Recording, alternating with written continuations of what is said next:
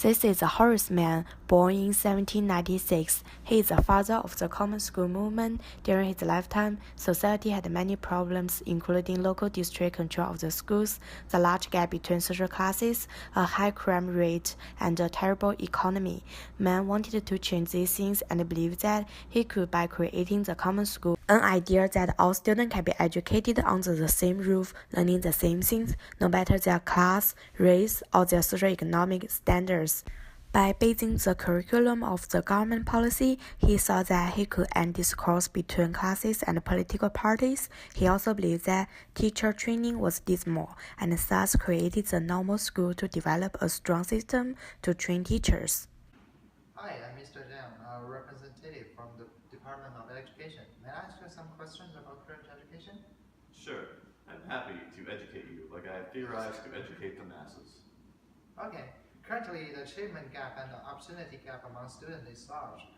We tried some improvements such as No Child Left Behind and Common Core State Standards, which we had standard tests and state standards for students, but they have not yet proven useful. Yes.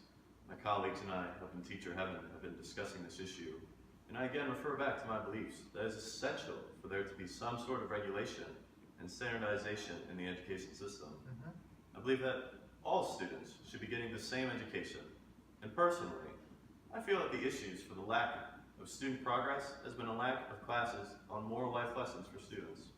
Okay, so what do you think the purpose of education is? The purpose of education, my dear sir, is creating the perfect citizen. Education serves as a catalyst for giving students not only the knowledge on important subjects such as science, arithmetic, and literature, but also the moral standards such as obedience and discipline. Thank you for your answers. No problem. Hello, I am the embodiment of the entire public teaching faculty. I believe that students should be educated in whatever environment that they feel most comfortable in. Teachers should be recruited from any background as long as they're dedicated, and I believe that children should learn individually. My dear woman, your ideas have been misconstrued. Let me show you the error of your ways. As you can see, my fellow colleagues, this is a child being homeschooled. The child did not succeed in public school, and so her mother thought she would take it upon herself to teach her herself. See, this book says that evolution is real, but Mommy is saying that it was actually the Bible. Okay. Do you see that this is not the proper environment for students to be successful in? We cannot regulate these homeschooled parents as they try to educate their rambunctious teenagers. It is up to the government to provide the regulations needed to make sure that students are being properly educated. What about charter schools? Well, while there is stereotypically less bias in charter schools, it is still not a rigid enough program that the average American student needs to be successful. But this seems more like a problem with the teacher. I will show you the real problems with teachers.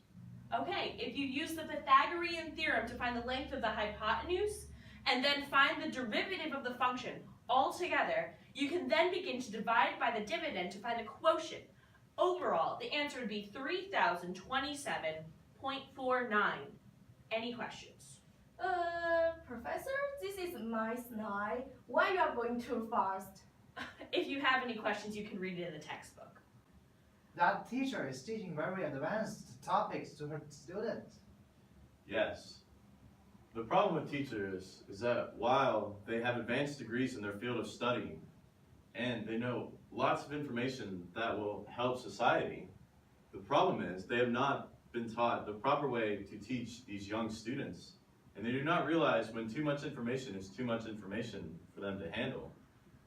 But at least the teacher is female, because in my belief, the domestic woman is the perfect person to be a teacher. Well, I can't argue with that. On the other hand, maybe if that teacher wasn't telling them what to do and instead letting them learn it for themselves individually, they would actually understand it. Au contraire. Here we have an example of two students in high school who are allowed to teach themselves and what they want to know. I have just taught myself how to create a program that launched a rocket ship into space. I've just taught myself how to read. Okay, good for you. These students clearly are a prime example of the achievement gap that is a major issue in the education system. Clearly, we need a standardized way to teach them so that the gap can be breached. But what about art and creativity in the classroom? Students can be productive without creativity. The problems we face now are minimal, and what we need is to work on the basics, which is what I've said before, and that we need discipline and obedience. And from there, we can breach off to teach them simple skills like writing and reading. I guess you're right about everything. Of course I'm right. I am the man, Horace Mann.